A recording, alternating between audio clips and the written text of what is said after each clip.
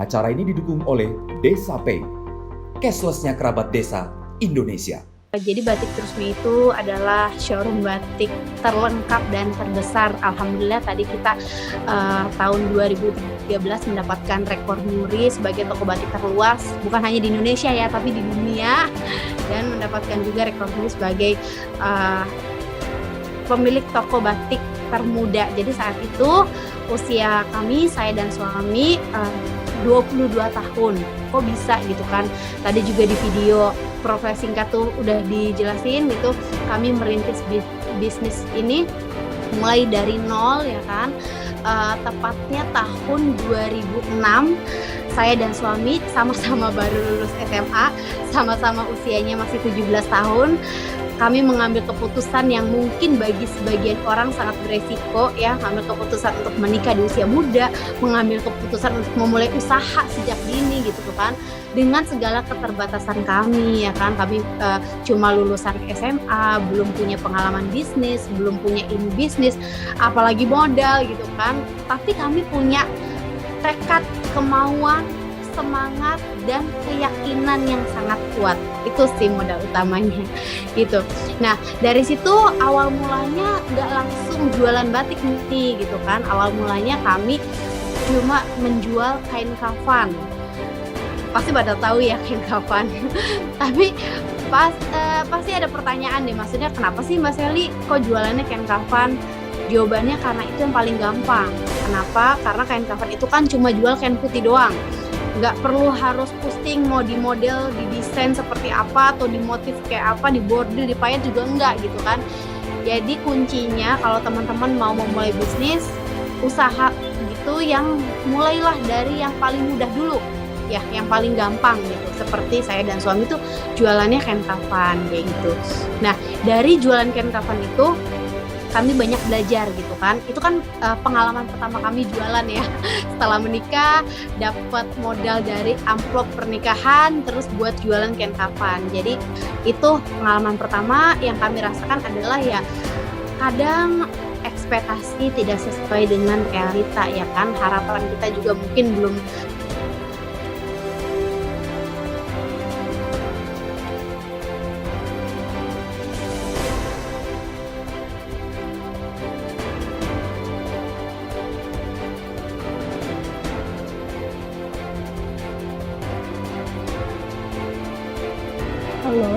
kasih ujian, tapi kalau di kehidupan, di lapangan gitu kan, di bisnis, kadang kita dikasih ujian dulu gitu kan, baru kita belajar dari ujian itu gitu.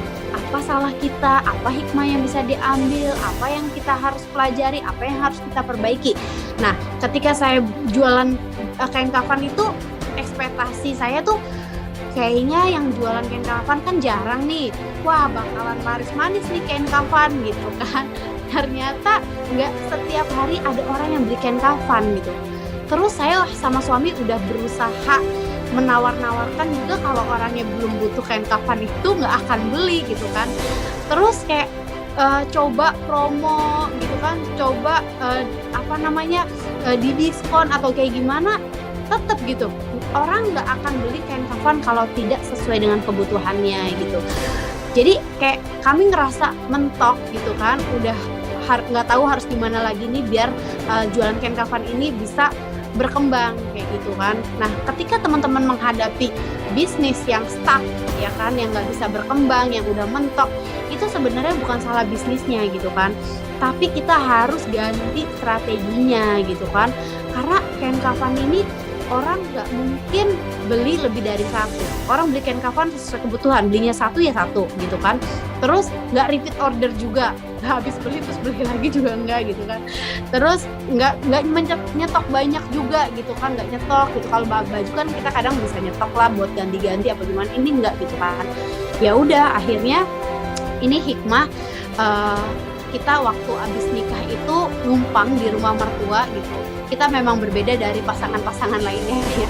Pada umumnya mungkin pasangan lainnya begitu nikah mikirinnya mau bulan madu kemana, apa mau tinggal mandiri di rumah sendiri, apa mau punya mobil pribadi, apa gimana. Enggak, kita tuh pikirannya udah pokoknya ini pernikahannya buat modal usaha, udah nggak apa-apa kita numpang aja dulu di rumah mertua. Kalau masalah kendaraan kita bisa pinjem atau sewa kayak gitu, yang penting kita jalan dulu gitu kan. Dari situ ternyata tetangga mertua saya itu para pengrajin batik gitu kan.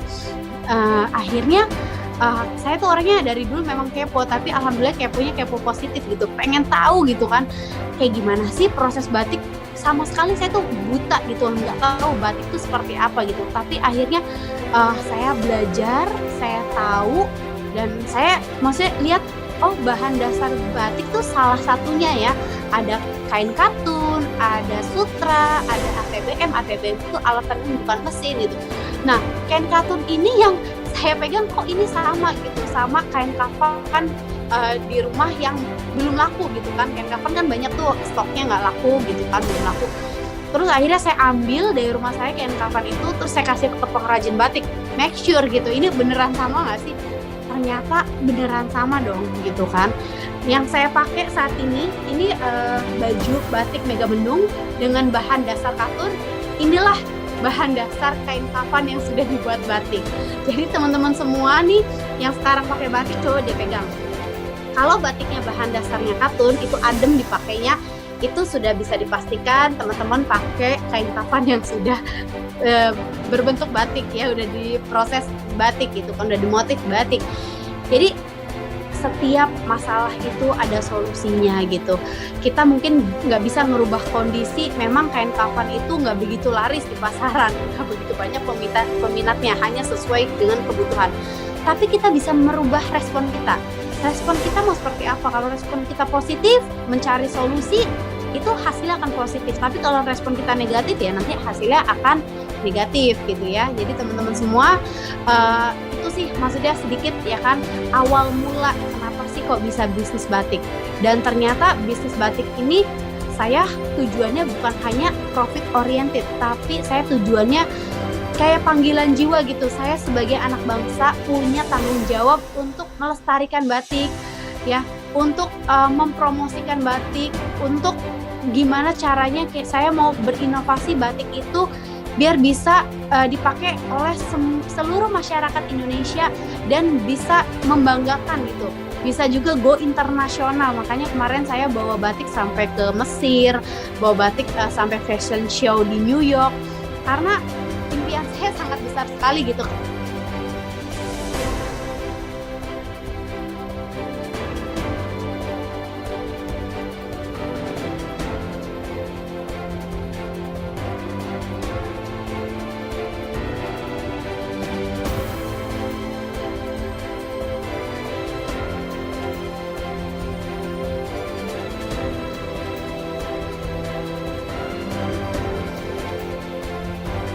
Seperti ya bisa lewat tol kayak gitu kan, dari tol cuma 1 kilometer itu langsung bisa ke Batik Trusmi gitu, terus juga bisa naik kereta juga ya.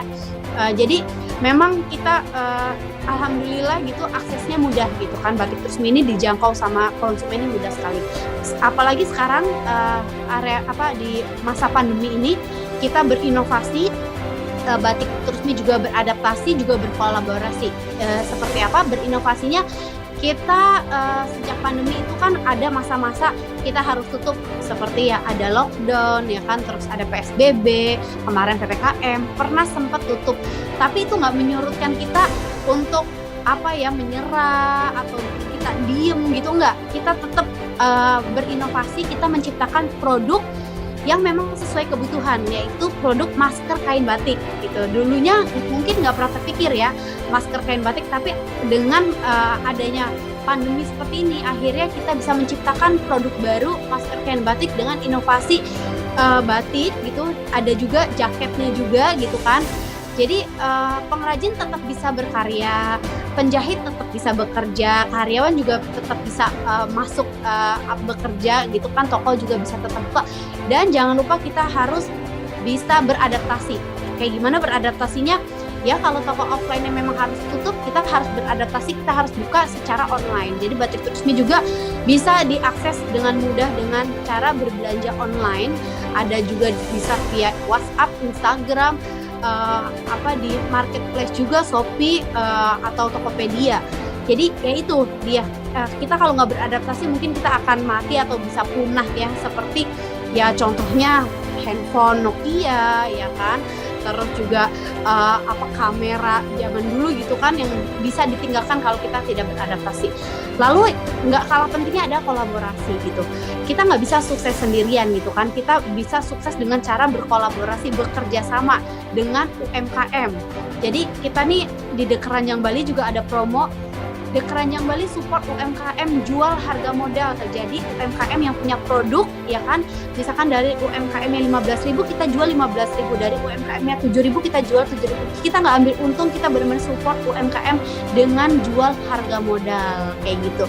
Kerjasama dengan UMKM, kita juga kerjasama dengan para public figure untuk mengkampanyekan, mempromosikan, mengenalkan Batik Trusmi secara luas seperti itu.